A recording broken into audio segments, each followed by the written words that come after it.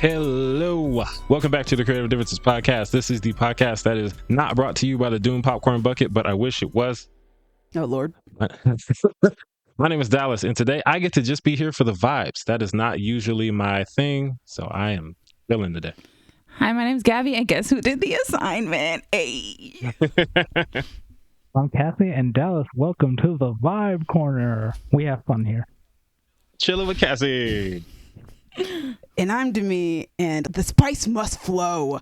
Oof. Welcome to another episode of the Creative Differences Podcast, your one-stop shop for movie reviews, Fancast Fridays, Throwback Thursdays, and a number of other pop culture-related items. Today, we are going from reviewing a movie that I think is pretty bad to reviewing a movie I think is one of the best movies I've ever seen. Today, we are reviewing Dune Part 2. Woo! That is a great, step up. That's ideal. Wow. Yo, I took a screen cap of my Letterboxd, and it was just recent movies, and it was Madam Web 1.5 stars, Dune Part 2 5 stars, and I was like, that's a crazy jump. Man, But for real, 5 stars. What a jump.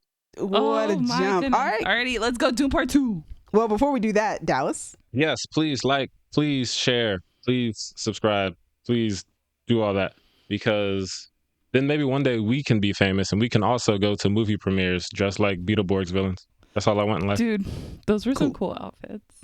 Zendaya especially. Yeah, Zendaya was killing it as always. Beetleborgs villains had cool outfits too. I didn't think she was going to be able to top her first Dune press, Dune Part 1 press. And then this one, she showed up with that suit of armor. I was like, anyway. We've been talking a lot about that suit of armor. But anyway, Dune Part 2, directed by Denis Villeneuve. You guys may know his directorial work for Sicario, Arrival, and Blade Runner 2049, as well as, the first Dune. Yeah. Part 1, not 84. Yeah. It was written by Denis Villeneuve and John Spates. John Spates wrote Prometheus, Passengers, and I think he's one of the writers for Doctor Strange. And the movie stars, please bear with me. There's so many people. Timothée Chalamet, Zendaya, Rebecca Ferguson, Javier Bardem, Josh Brolin, Austin Butler, Florence Pugh, Dave Bautista, Christopher Walken, Lea Seydoux, Stellan Skarsgård, and Charlotte Rampling. And the IMDb summary is: Paul Atreides unites with Chani and the Fremen while on a warpath of revenge against the conspirators who destroyed his family. Facing a choice between the love of his life and the fate of the known universe, he endeavors to prevent a terrible future only he can foresee. Yo. That shit was so good. Gaby, what are your thoughts? Dude, that shit was so good. That's just fire. Yeah. Initial thoughts. As Dallas has told us, Toonerific Tariq said this about Spider-Man Across the Spider-Verse. Ain't enough stars in the world, player. There are not enough stars. That's correct. Okay? For me. That's how I feel. The system is broken. I can't. The system is broken. It don't work. It don't work for this. Villeneuve's Dune movies are officially some of my favorite movies ever made. These are god tier. They're so good to me. He's so good. I kept saying, leaning over to my boyfriend and being like, he's just such a good filmmaker. And he'd be like, it's just who so are you good. talking about? All the movies that I named earlier before, saying that he also directed the first Dune, all 3 of those movies are phenomenal movies. I've never seen a movie that this man has made that I didn't like or didn't think was amazing. He made a Blade Runner as good as Old Boy did, who originally directed. I'm gonna be honest. Me right now. I like 2049 more than I like the original Blade Runner. 2049 broke my heart, man. When I finally saw it. I like it more. Let that man finish his trilogy. Yo, I think he will. When we reviewed the first movie, I watched it twice before getting to review it, so I could get all my thoughts put together. And I was not able to do it for this review. No, we saw it early because as of right now, we went to the early fan screening, there was not a way for me to watch it twice before going to see it. In fact, this review might be out before I even get to see it a second time. Oh my gosh. Just oh my gosh. How do I Okay, first of all, words. What are words? You know what it felt like? Parts of it felt like an indie movie to me, where it was just very introspective. There wasn't a lot of cool action. I mean, we did get a lot more really awesome action in this one, and a lot of spectacle, way more than the first one. But the first one, you did feel how big budget it was, and in this one, especially a lot of moments quiet in the desert was just the Fremen, or it was just Chani and Paul. Usul, Muad'Dib, whatever, Mobb Deep. Mobb Deep. Although I love that Mobb Deep was just a little sand mouse, and then old boy played by Dave Bautista was like, "The rats, get the rats," and I'm like, wow, he really named himself a mouse, and old boy was calling them rats. Named himself a desert mouse. Anyway, so those moments where it was just like the two of them were very quiet, especially the way that it was filmed. It felt like very up close and like personal, like, you know, just one dude and a camera and a couple of actors. And then you'd have the moments where, you know, they're fighting against the Harkonnens or whatever group it was, the Emperor. I don't know. The Harkonnens. Harkonnens, yeah. And then it would be like, oh, this is a spectacle. This is like a big, epic, big budget movie. Yeah. So I remember it was crazy watching it, because as soon as the title card came up, the Dune Part 2, I was like, oh my gosh. When I went to see the first one, we weren't even sure we were going to get to this point. I was just hoping that we were going to get here. And like now I'm sitting here watching Part 2. We actually made it. And when I saw the first movie, I hadn't read the book. Now I have read the book. I read it before. My goal was to read it before the second movie came out. And yeah, because that's like our 600 pages. Like 617, I think mine was. It's a big boy. It is. And reading 4 chapters a day made it not so daunting. Okay. But yeah, I think that Villeneuve and Spates did a great job adapting like the final half of the novel, or like the final third, I guess. I don't know. It's not exactly half. Yeah. And I think they made changes that work for the better of the medium that they're presenting this story in. I agree. Some of those changes are also for the better for characters like Chani and Princess Irulan. Because Irulan's not really a character in the first book. She's kind of just there in the final moments of the novel. She's there. She's hanging out. Yeah, so I didn't know that about Princess Irulan, but I agree with you. In the book, she's kind of just there. In the movie, they give her more to do. Yeah. The tone of this movie is definitely lighter in certain areas, now that we're not just telling a straight up tragedy. Like we're telling the rise of a leader. Yeah. So we get to tell jokes and we get to have fun. Yeah. Javier Bardem was great in that. Yeah. Yeah. I have a question for Gaby.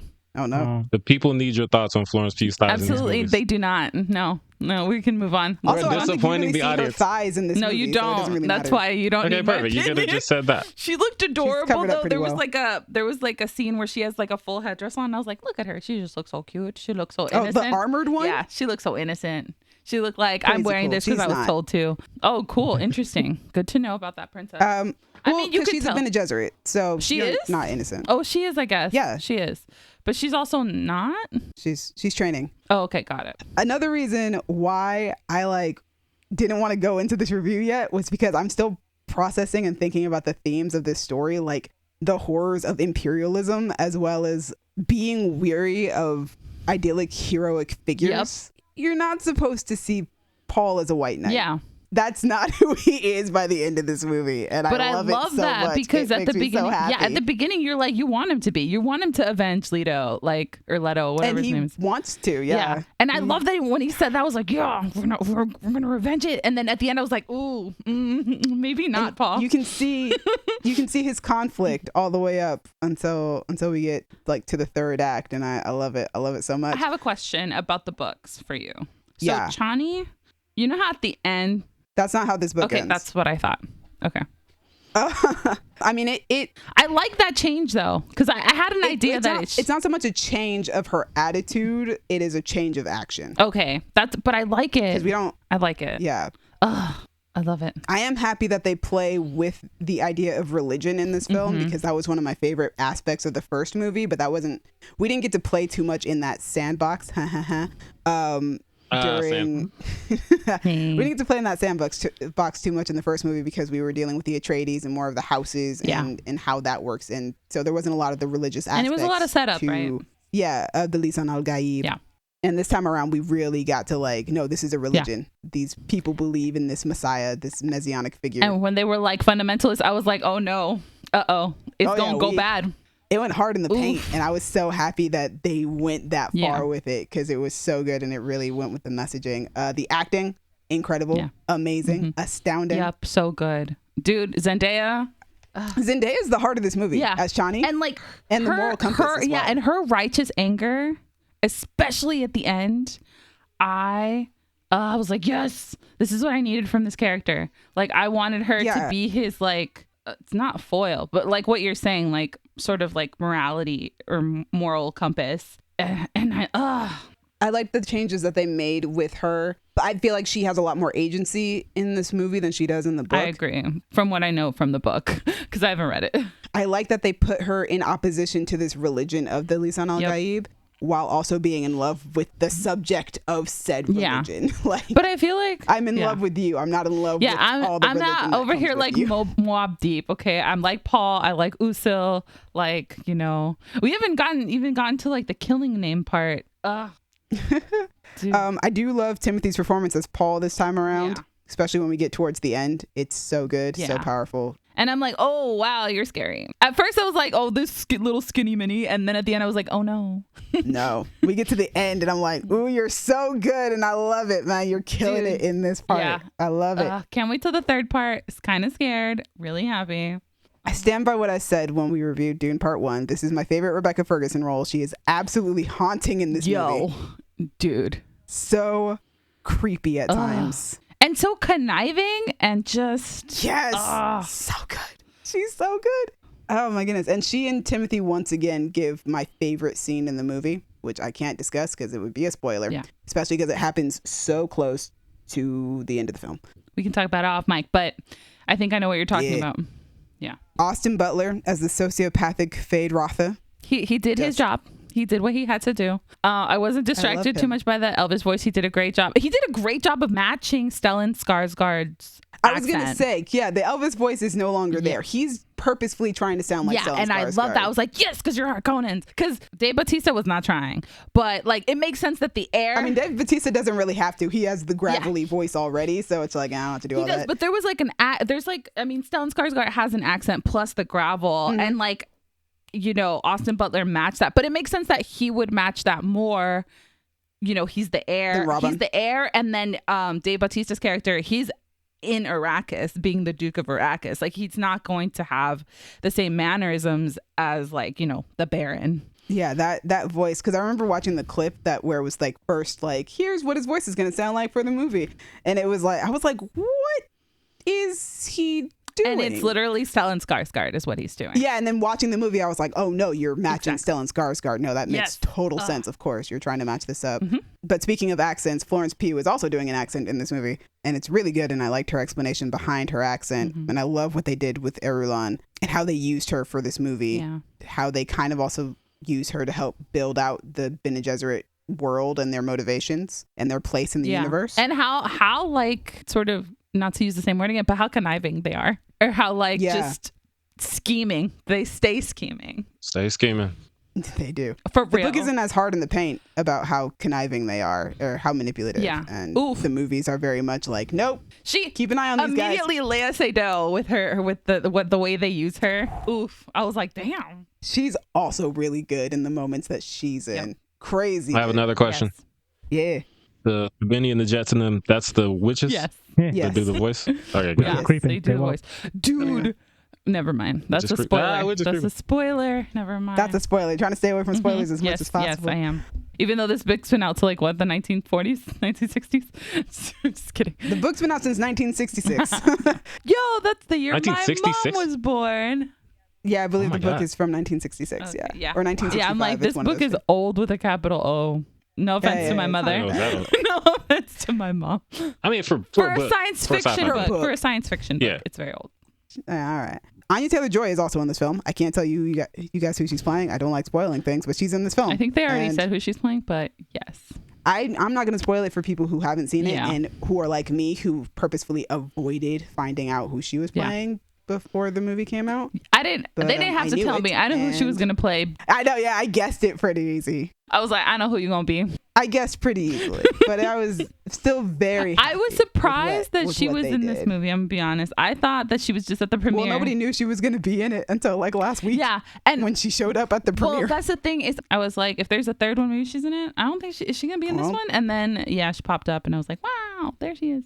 No, she announced. They announced it at the premiere that she was like, "Yep, I'm in it." It was like, "Oh, okay, cool. Yeah. That's one more A-lister that we got in the cast list." Yep, and then that's I insane. Didn't know who you were, girl, because I could tell from your general vibe who you were.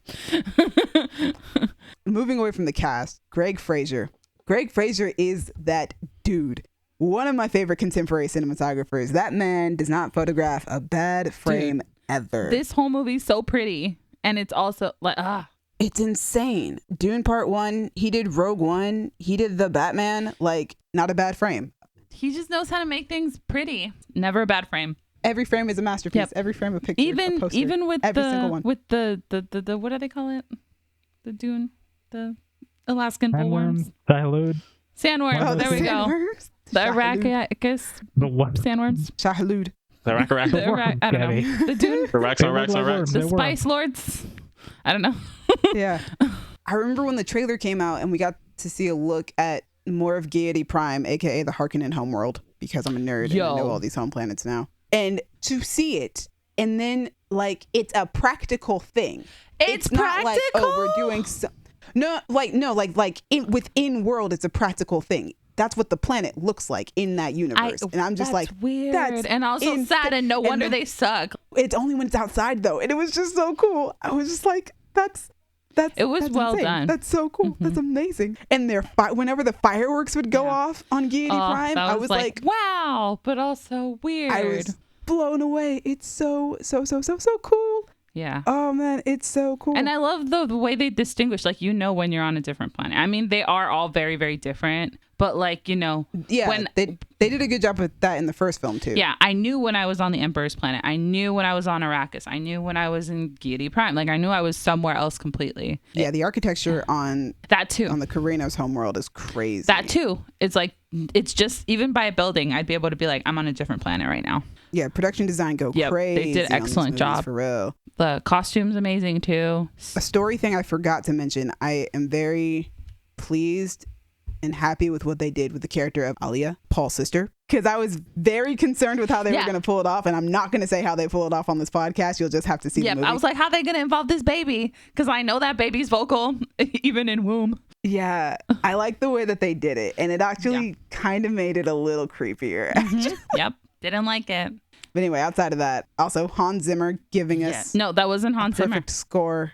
It is doing the score. It is. I thought it was. Oh no, Ludwig is doing Ludwig did Oppenheimer. Yeah, Ludwig did Oppenheimer, they swapped. And he did that because Hans Zimmer is like, nah, I'm doing Dune. Yeah, they swapped. No, you're right. Yeah, sorry. I was going to say, me. I literally was just listening to the soundtrack. Ignore me. I was wrong. I was confused. Yeah, he stays killing this soundtrack every single time. The amount of music that he's made for Dune is ridiculous, and it might be my favorite soundtrack he's ever done. Sorry, Lion King, but it's just... Also, to speak of the soundtrack, sometimes when Paul would have like they brought back the Atreides theme, especially when Paul would have like a great moment. You'd hear like I know it wasn't bagpipes. It was guitars sounding like bagpipes, but they brought back the bagpipes, man. And I was like, yes, there it is. There's also the usage of like the Lisan al-Gaib motif, I guess, that's all throughout the first movie. They don't use it as much in this movie, but when they do use it, it is perfectly used. It hits right where it needs to hit. The romance theme for Paul and Chani, absolutely perfect. I love whenever it pops up. I think on the soundtrack it's called A Time of Quiet Between the Storms, and it's so good. And it plays in the trailers too, which is like, as it was playing, I was like, oh, this is from the trailers. Oh, it's their love theme. That's adorable. This is great. So good. So good. It's such a good movie. Excellent work. I want to talk more about this movie, and I can't because then I would spoil it for people. And we got to move on. But do we? I don't think I'm moving on this year. I think this is the hyperfixation. No. I meant in the podcast. But no. Do we though? Do we actually? Like, no, we don't. I believe we... I think we have like other things. I think I got to leave it at that so that I don't spoil anything for people. But I agree. Watch Dune. Watch Dune Part 1. It's on Netflix for now. And watch Dune Part 2. For now. It is so good. I hope that Villeneuve gets to make Messiah. He probably will. Me too. He said he's deciding when he wants to do it right now after this is all said and done. Yeah. Everyone who worked on this film, the whole crew, the cast, so many people, all of you, all of your names who were in the credits, because I did sit through the entirety of the credits when I saw it. Thank you. Yes. This is cinema. You did. It is cinema. You know what this is? What I like about these Dune movies too. Not only is it cinema, it's also like high budget, like it's a blockbuster. It's a legit blockbuster. But it's also definitely cinema. So I love the melding of the two. Like, that's why I like movies. I love my cinema. Yeah. I also love my high level blockbusters, and I love it even more when they're combined. This is what I go to the movies for. See? I went to go see it at the Chinese Theater in Hollywood. I'm so jealous. Which seats like 950 something people. And seeing it in like a theater that size with that number of people and so many people like clapping when the movie started and laughing together and like cheering at certain points. There wasn't a lot of cheering. I like the Dune audience because they take the movie very seriously, so there's only cheering when it feels appropriate, thank goodness. And clapping when the movie ended, when it got to directed by Denis Villeneuve on the screen. That was an experience. I love that communal experience of going to the movie theaters, especially with something this big. Like I said, this is what I go to the movies for. As Nicole Kidman said, heartbreak feels good in a place like this. Yep, so good. Also, I feel like what Lord of the Rings did for fantasy movies, I think these Dune movies are going to set a new bar for the science fiction genre. I agree. I think so. I hope it does. It's so good. And I'm so afraid of hyping it up this much because I'm like, I don't want people to see it and be like, it's really not as good as you're saying it is. But if you saw the first one and you were like, that was really good, I feel like it's on par with the first, if not better. It might be better. It might be better. Nolan compared it to Empire Strikes Back and like, yeah, maybe. Yeah. Except the opposite. Maybe, like, bro. Paul Atreides Strikes Back. Paul. Well, no, like in quality. Oh no, yeah. Like, no. It is the Empire. He was like, it's the Empire Strikes Back of your series, and it's just. I agree with you. Guys, my hyperfixation is back. So we've circled back around, guys. We're back. It's back. When there's a coffee table book, Demi's gonna tell us which one she buy. Oh no, it's coming out. I'm actually like, I'm probably gonna pre-order it pretty soon because it's supposed to be out in the next few days, and I want to make sure that I pre-order it so that I have part 2 to go with my part 1 with my coffee table books. So I'm super stoked. I love the art in this movie and all the stuff.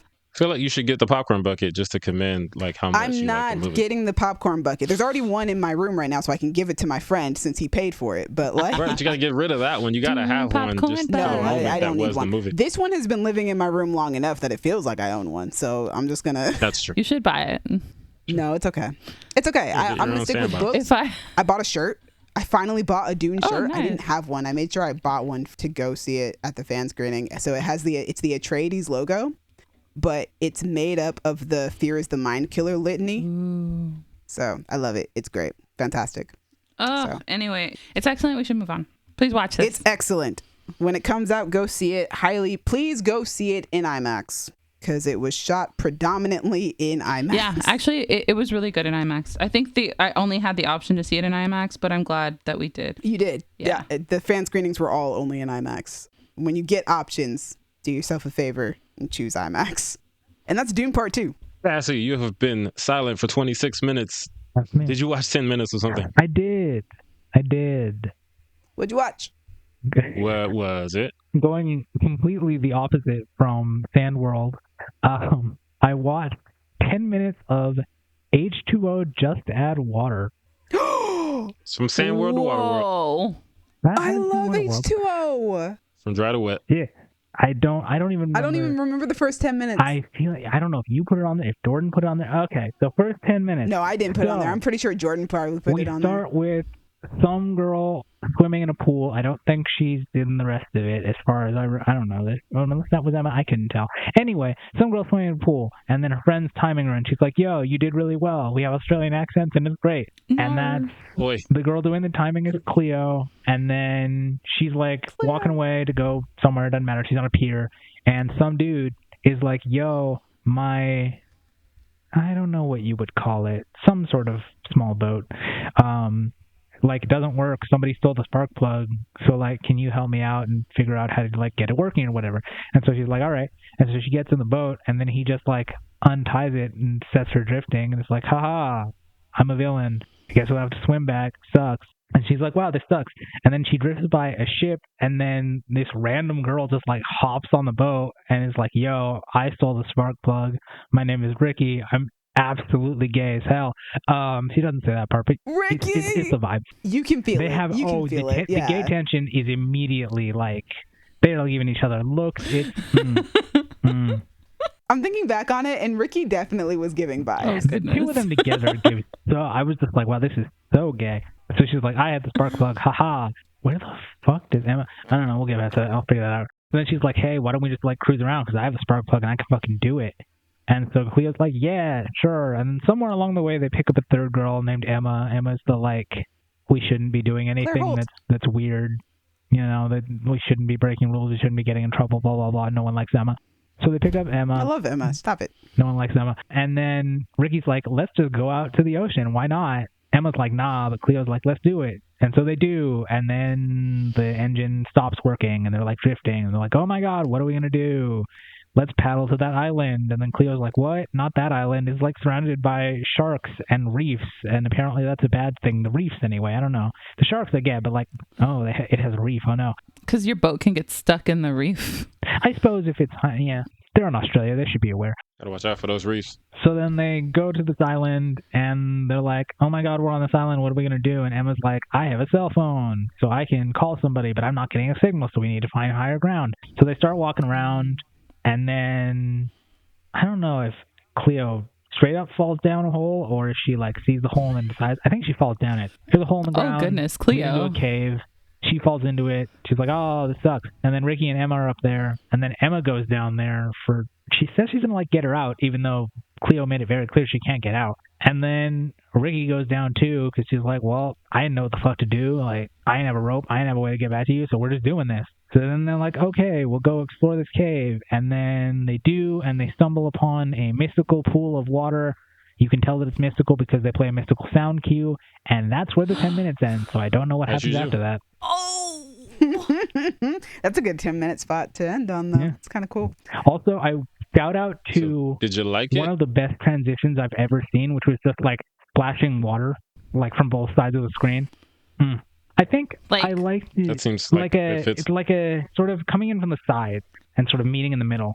It was beautiful Ooh. and so very like, yeah, this show was filmed not that long ago. It's only 2009, but still. It was giving It's 2009. long enough ago that Claire Holt now has 3 children, so... Lord. That's so many kids. You answered your question, Dallas. I liked it. It's the kind of show, like, if I had nothing else to watch and I was, like, homesick or something, yeah, maybe I'll put on H2O Just Add Water because it's probably going to be fun. The Australian accents are fun. It's probably not going to ask me to think too hard or confront any serious issues because, like, it's about these girls who are mermaids, you know? But, like, yeah, it's solid. Wow. Is that Harrow? Or is that It the is. other one? Hello, my cat is... Whichever one Harkonnen. it is, it's about to cause me so much editing problems. Yeah, she is. She's a little bitch like that. Anyway, yeah. She was. Harrow, I thought I she will was just gonna fight walk you. back and forth, and then she's like, "I'm gonna play with the microphone." Well, if that's what it takes to get you to visit, come find my cat.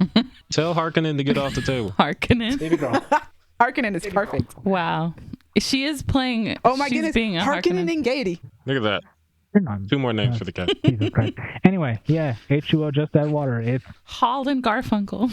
I'm just kidding. god damn it. I didn't get to the mermaid part, but it's there.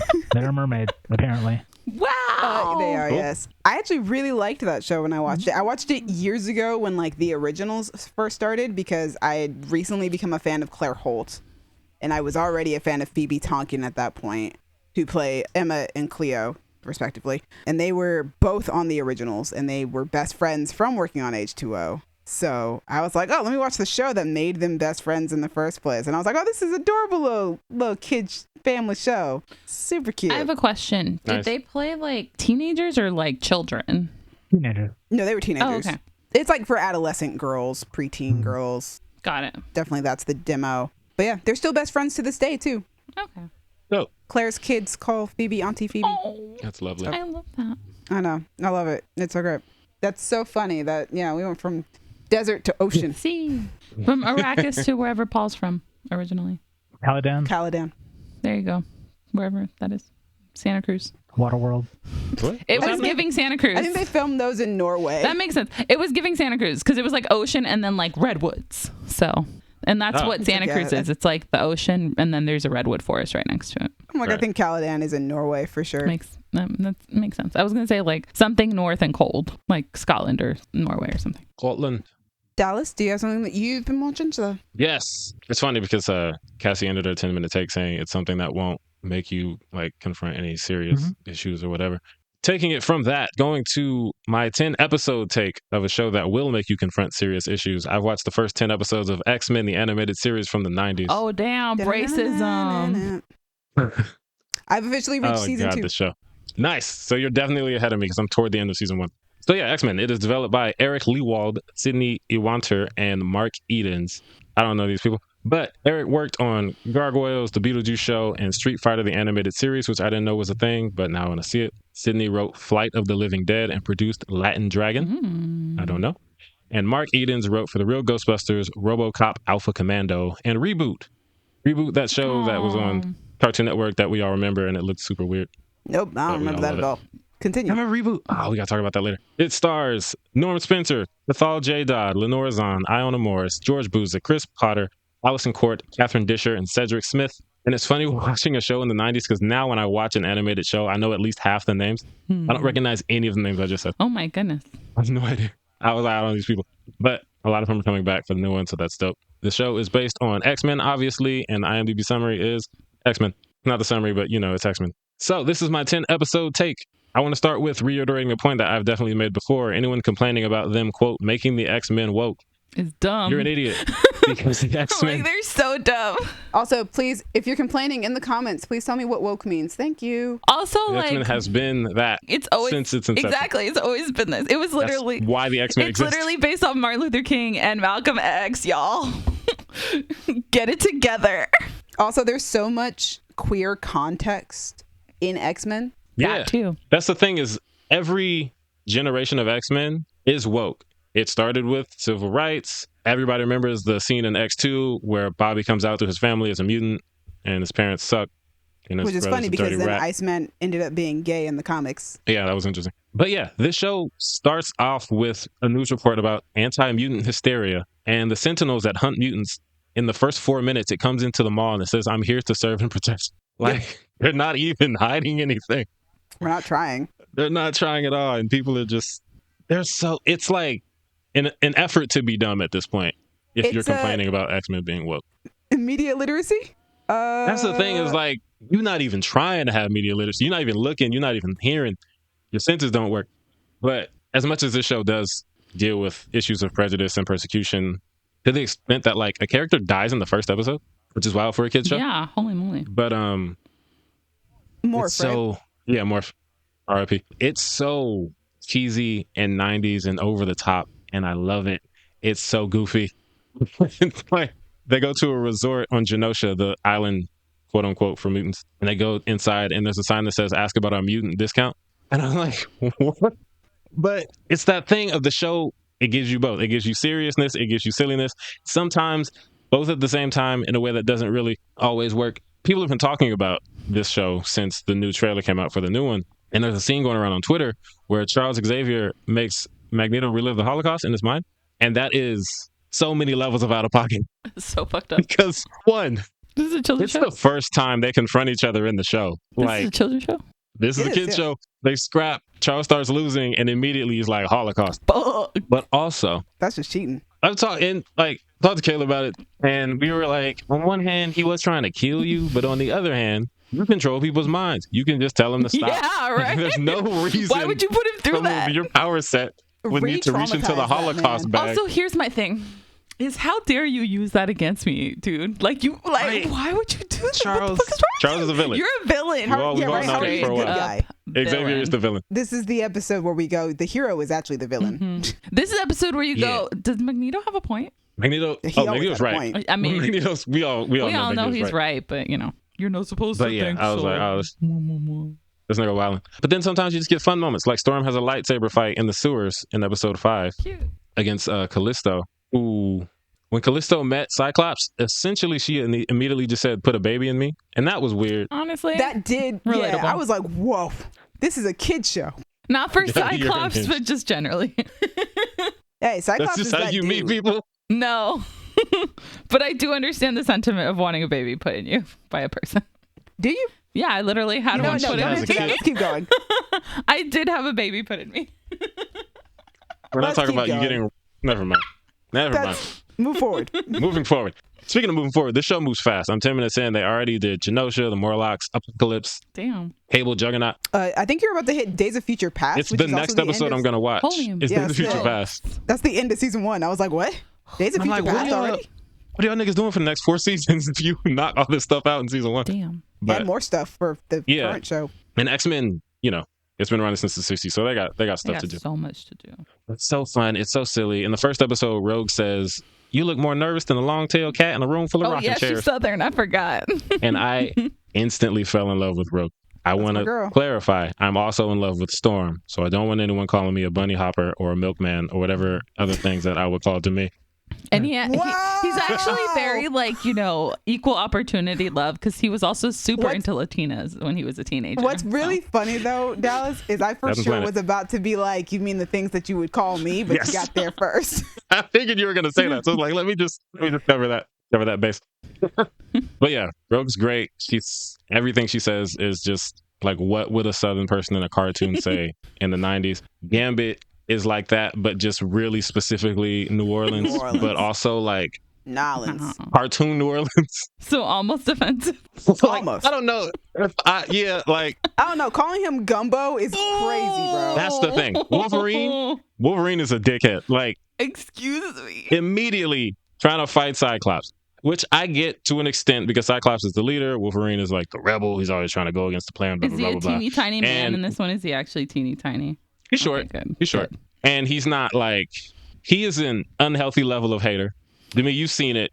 Like, him, the way he's going after Jean. Fight me. We would scrap in these streets. I would optic blast this nigga to the street because he is thirsting over Jean in a way that's just completely inappropriate. It's incredibly disrespectful. And Dallas, when you get to the season 2 premiere, bro, the disrespect is so loud. It's so loud. Damn. But wow, Wolverine. Wow. But like, why is Gambit getting the smoke? He ain't doing nothing. You're just chilling. Why are you calling him Gumbo? All he calls Gambit is Gumbo or Cajun. He never calls him Gambit. Wow. I'm like, all right, Wolverine, you need to chill, bro. Get this nigga out of here. He was like, let me sprinkle in some racism. Yeah, a little bit. Bow. Is it racism if he's white? See, that's the thing. I was like, they're both white, so I wouldn't call it racism. Just some cultural insensitivity. Let's say that. Right. He's prejudiced for sure. Yeah, but it's funny watching this now because when we came out of Madam Web, I was talking about how Isabella Merced's character talks like a 90s smart character. Beast. She talks like Beast. Like, he comes in reading his like Dostoevsky and George Orwell, and he's like, well, according to this author, blah, blah, blah, blah, blah, blah. And they're like, Beast, this ain't really the time for all that, bro. And then he gets locked up in episode 2. And on 2 separate occasions, mutants break into prison. They're like, yo, you want to go? And he's like, I'm reading. He's like, nah, I'm chilling, bro. I'm reading my book. I'm just waiting for my day in court.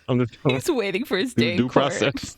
And there's another point, like 6 episodes later, they go on the break, a separate mutant out of jail, and they walk past Beast, and he's like, hey, y'all, how y'all doing? I'm like, wait, this nigga's still locked up? It was so funny. The consistency. I was like, I forgot Beast was in jail. It's so silly, but I absolutely love it. If you're going to rewatch it, don't expect like Batman the Animated Series level. No. It's definitely more, what do you think of when you think of a Saturday morning cartoon? Very cheesy. Eat your Apple Jacks or your Cinnamon Toast Crunch if you have better taste. And just, sit in front of the TV, eat your cereal, enjoy the show. It's great. And I did get to that iconic shot of Rogue. To be honest, can't think of a reason why I stopped at 10, but that is in episode 10. I think maybe I was like, I got what I came for. Sir. Dallas. Also, theme song stay slapping. So theme song slaps. I have not pressed skip intro one time while watching the show. Never hit skip intro. It plays through every episode. It's amazing. I'm playing it. But yeah, fun show. I love it. So silly. I can't wait for the new one. Hopefully I can watch 4 more seasons before it comes out. But yeah, that's X-Men. Shout out to Rogue for undetermined reasons. Oh, Lord. Shall we get into trailer tracking? Speaking of X-Men, we have Famke Johnson in Jean Grey. We do. And Boy Kills World. Yeah. Yes. She's in there. I love her. So I was on Twitter, and my favorite genre of tweet right now is the quote tweet that says, you'll never guess who does this, or you'll never guess what this is about, or you'll never guess who's about to pop up. It's always such a good payoff for me. So I saw someone quote tweeted this trailer and said, you'll never guess who plays the inner voice and narrator for this movie. So I was like, who is it? So I was like, oh my God, it's Archer Benjamin. And like, I'm so happy to hear H. John Benjamin in a movie because you were almost there. Because he's like primarily television animated guy. Yeah. I know Bob's Burgers got a movie, but that's a TV show. I was like, I'm so happy for that. And also, Bill Skarsgård looks like he's doing a great job of acting with his face. Yes. Yeah. Like that last one, it definitely sounded like he was gonna help us. And like Bill's face just so. I spent the whole trailer going, I know that you're going to spend the whole movie killing people. but oh my gosh, you seem so soft and adorable. I know he does. He has these sad eyes, and you just want him to just win. Expression. So much expression. I was from the like, eyes. baby just needs a hug and his family back. Why would you do this to him, you monsters? I know. Why would you take his family from him? The wife from the gentleman whose name Michelle Dockery. That's what it is. I was going to say Donnelly. The whole cast, like starting with the rich villain family, is made up of actors that are like Michelle Dockery, Brett Gelman, who is Murray from Stranger Things, Charlton Copley, Famke Janssen. Like these four as the villains, I'm already on board. But then you got Andrew Koji is here. Yep. Jessica Rothe is here. And I never get to see Jessica Rothe. I saw her in Happy Death Day and I was like, she's amazing. And then I don't think I saw her in anything else. She's great. Bill Skarsgård is great. John Benjamin is great. I'm a huge fan of Bill Skarsgård, and I'm very happy that he's doing a film where A, he looks normal, so I can say that he's attractive, and B, I used to say that anyway. I can actually watch this movie. He was still attractive to me. True. It don't matter. Not a horror movie. And I mean, although he was great in John Wick as well, so True. Yeah. And shredded like a julienne salad. he is For real. You could actually do laundry on his abs. probably. Yeah, this movie looks absolutely unhinged. And It as a does. person who consistently says how much I love unhinged behavior, that means I have to watch it. It looks so fun. Like, it looks like a movie that obviously is not taking itself too seriously. He's talking about being executed by a breakfast cereal mascot. Wild. But it also looks like it has great action, which just gives me Bullet Train vibes because that movie was so silly. It's like Bullet Train the silliness of Bullet Train meets Hunger Games. Like the commercializedness of Hunger Games. There was also like, because John Wick has set such a precedent in action movies, I also was like, oh, John Wick. Because, of course. Right. And he, like, once you hit a certain level of dope fight choreography, I'm like, John Wick. Yeah, exactly. But it looks so much fun. The idea of him taking a voice that he heard in a video game and now that's just his inner voice. Aww. I love that. It's so ridiculous. It's so silly. It's so cute. Oh, also, younger version of him is one of the twins, either Cameron or Nicholas Cravetti. They're both in this movie. I'm not sure They might just be playing the same character. if they're both. Just switch them off. Where are they from originally? Like, what do we know them from? The boys. Big Little Lies and the boys. Okay. Homelander's scary little son. And the twins in Big Little Lies. They're Nicole Kidman's sons. Oh, the little demon ones? That's so funny. They play Alexander Skarsgård's sons on Big Little Lies. Oh, I saw that. Yeah, I was talking to Caleb about that. I They're was just like, working with all the Skarsgårds. Skarsgård sons to a young Skarsgård. Oh, and speaking of Skarsgårds, I mean, we just reviewed a movie starring Stellan Skarsgård. Yo, for real. They're just everywhere. Those Swedish dudes, they're just popping In our up. last episode, we talked about Skarsgård and Mr. and Mrs. Smith, so it's their time. Oh, yeah, because he's working with Donald Glover a lot now, too. Wild. All the Skarsgårds. Love it. It was funny because I was actually talking about them yesterday after watching Dune.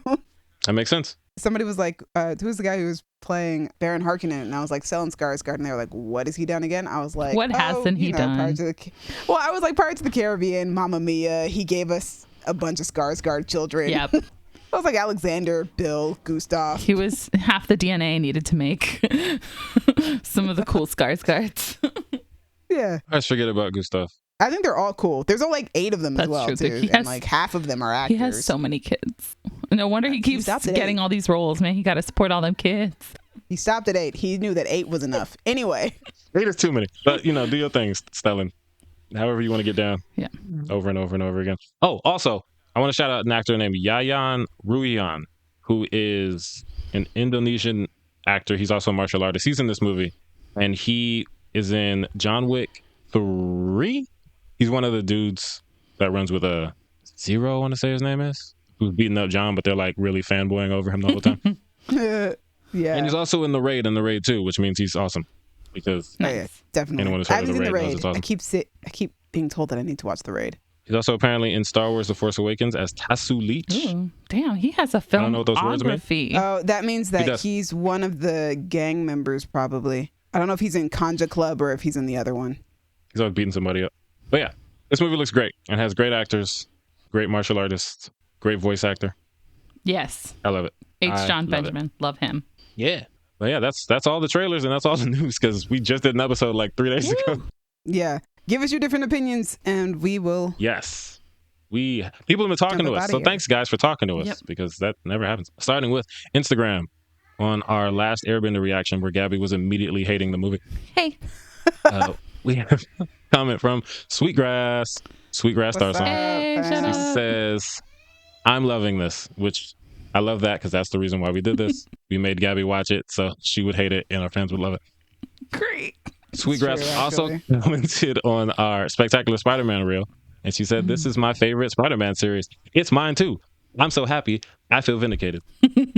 Just needed that. And then, speaking of tangentially related Spider-Man things, Madam Web, Maverick Lieber, is it Lieber or Lieber? Lieber.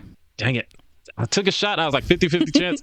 Maverick Lieber says, so glad y'all didn't skip this one.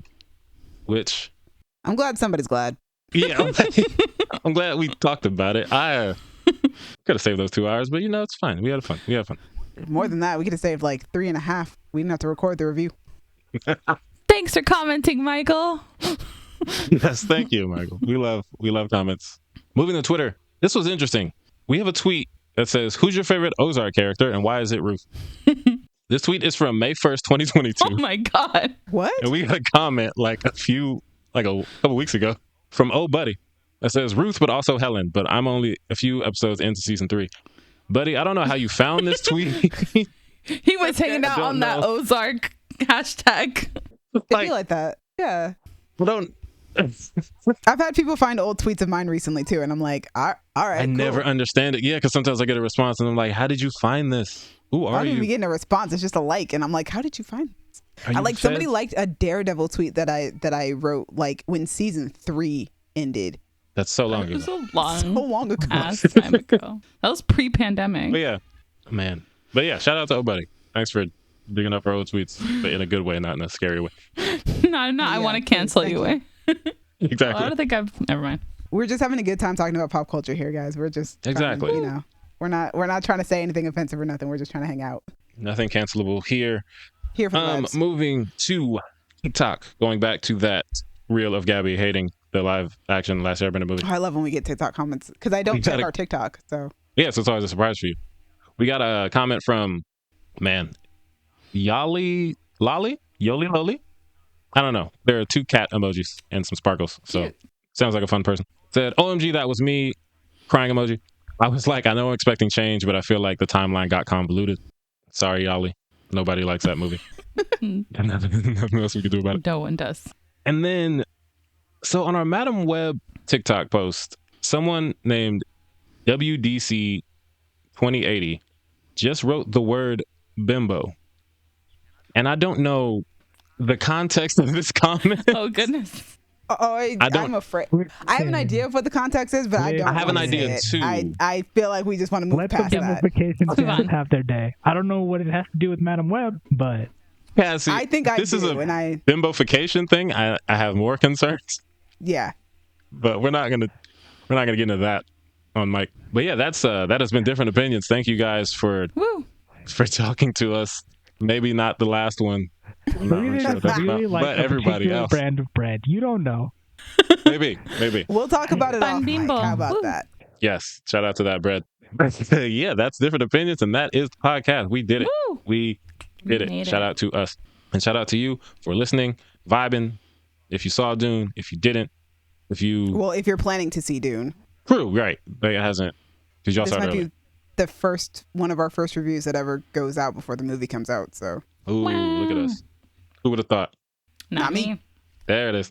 Thank you, Brandon and I, for putting us on Spotify and Apple Podcasts. To me, thank you for editing, putting us on YouTube, being the biggest Dune fan that I've ever met. Woo.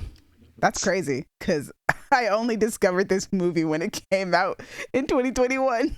Well, it's weird because like before we did that throwback, I never heard anybody really talking about Dune. Like I knew did. of it, but I didn't know Dune fans. And then I mean, I knew that it was a big deal, but it wasn't a big deal in my circles, so I didn't Right. really give it. The I wasn't time in those of circles.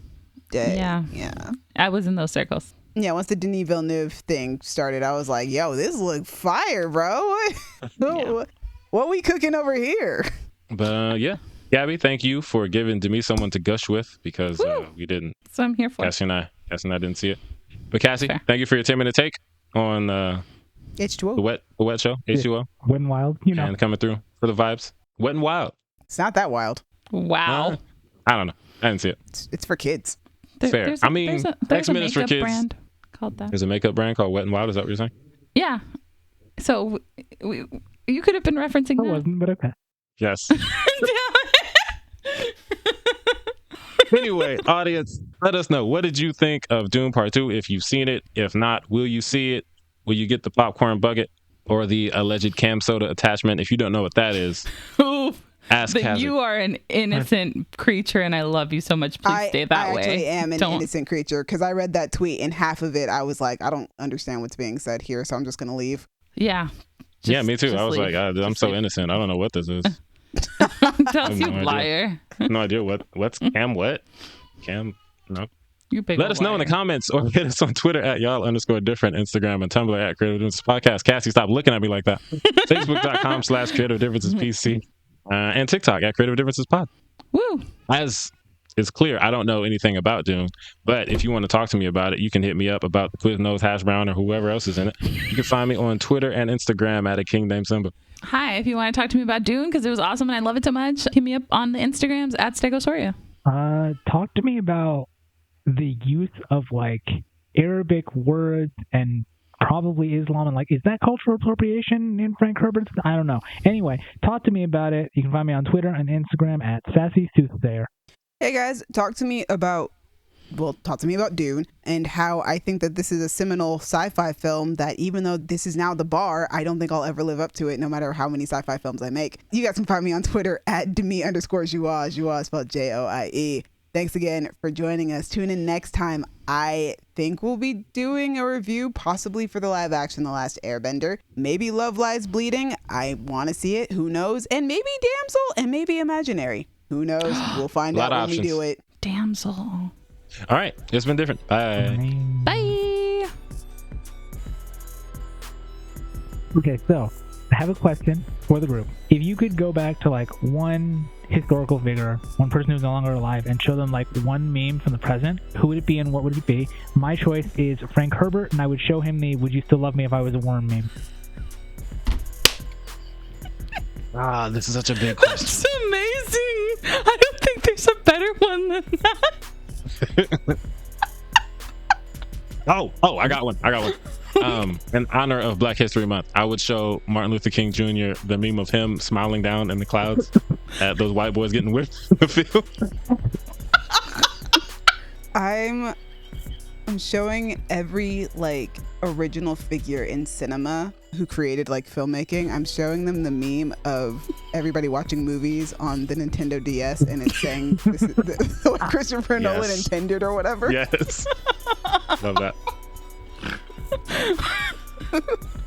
Oh my god, those are all so good. I'd probably show Jane Austen the Sparks Notes memes that have come out. Yes. Oh yeah, she needs to see it. So good. Mm-hmm.